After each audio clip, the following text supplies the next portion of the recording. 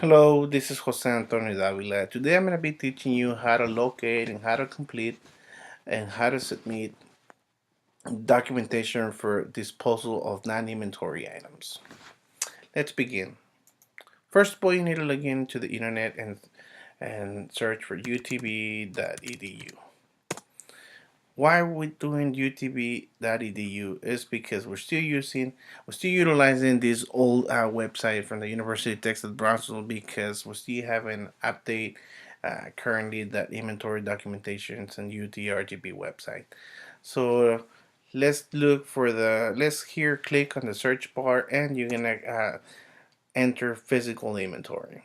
Once you click for physical inventory, go ahead and search, and the first link that is going to appear is the physical inventory. Let's go ahead and click here on physical inventory. This is the website, this is the site that is assigned to the fixed assets department. And here you can find all the information you need about inventory, how and when and how many times we do inventory a year. We're looking for the inventory forms. Here on the right side, we're gonna click on the inventory related forms.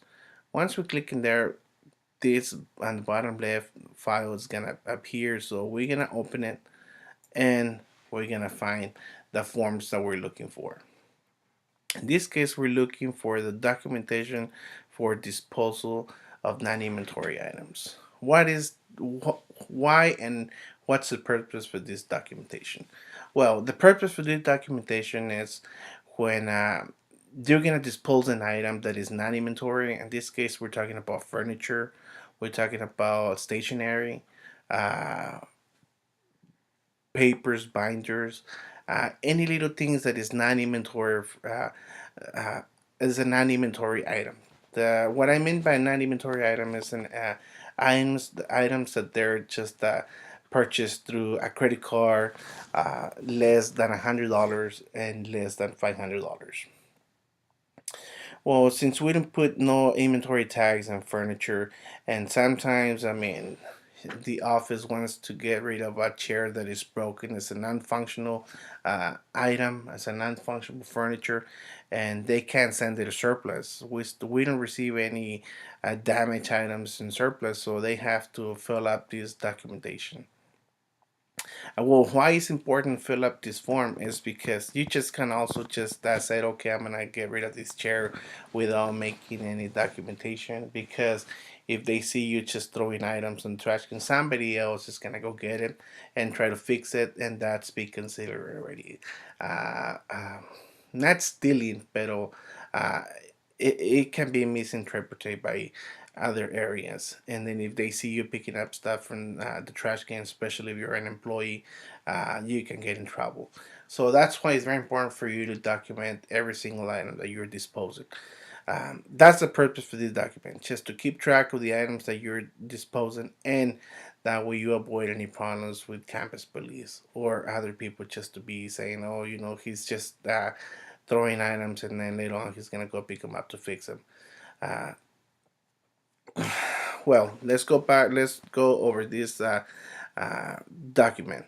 Well, here it's very easy to fill up. It's only 5 steps. It's only the first step is that you put the date. Let's say you want to dispose of broken chair. Okay, you go ahead and put November the 15, 2015, 2015.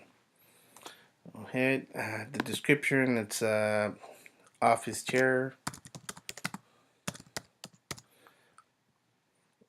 Since it doesn't have a tag number, we're not gonna put any tag number. And then you're gonna put department here. We're gonna use education department.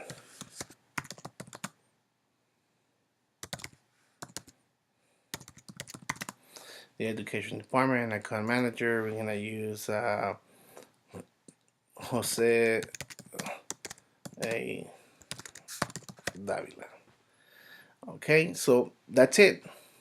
You go ahead and put if you get more than one item that is damaged, or you want to get rid of some staplers, staples, pens, uh, binders. Like I said, any items that is non-inventory, go ahead and just make a list, and also make sure, like I said, when you're gonna dispose it, keep this form with you when you're gonna go and dispose, so you can just in case bump into campus police, you have the documentation and getting permission from the account manager to dispose the item.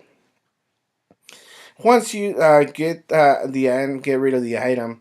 What you do is you just go ahead and you can print it out. Of course, it's already gonna have the signature from the account manager, and email it to the fixed asset department, so we can keep track of your file and put all the documents, the items that you're disposing. So just in case if there is any internal audit and they're looking for an expense that was made a couple of years, and that chair as part of one of those purchases for that credit card, you can always say, you know what, we disposed this chair back in November 15, 2015. This is the chair that we was purchased through that credit card. It was no longer good, so that's why we that's why we got rid of this asset. So this is why it's very important to keep everything documented, so you can, when it comes to an internal audit or physical inventory or anything, you always have documentation to back up anything that you're gonna be saying.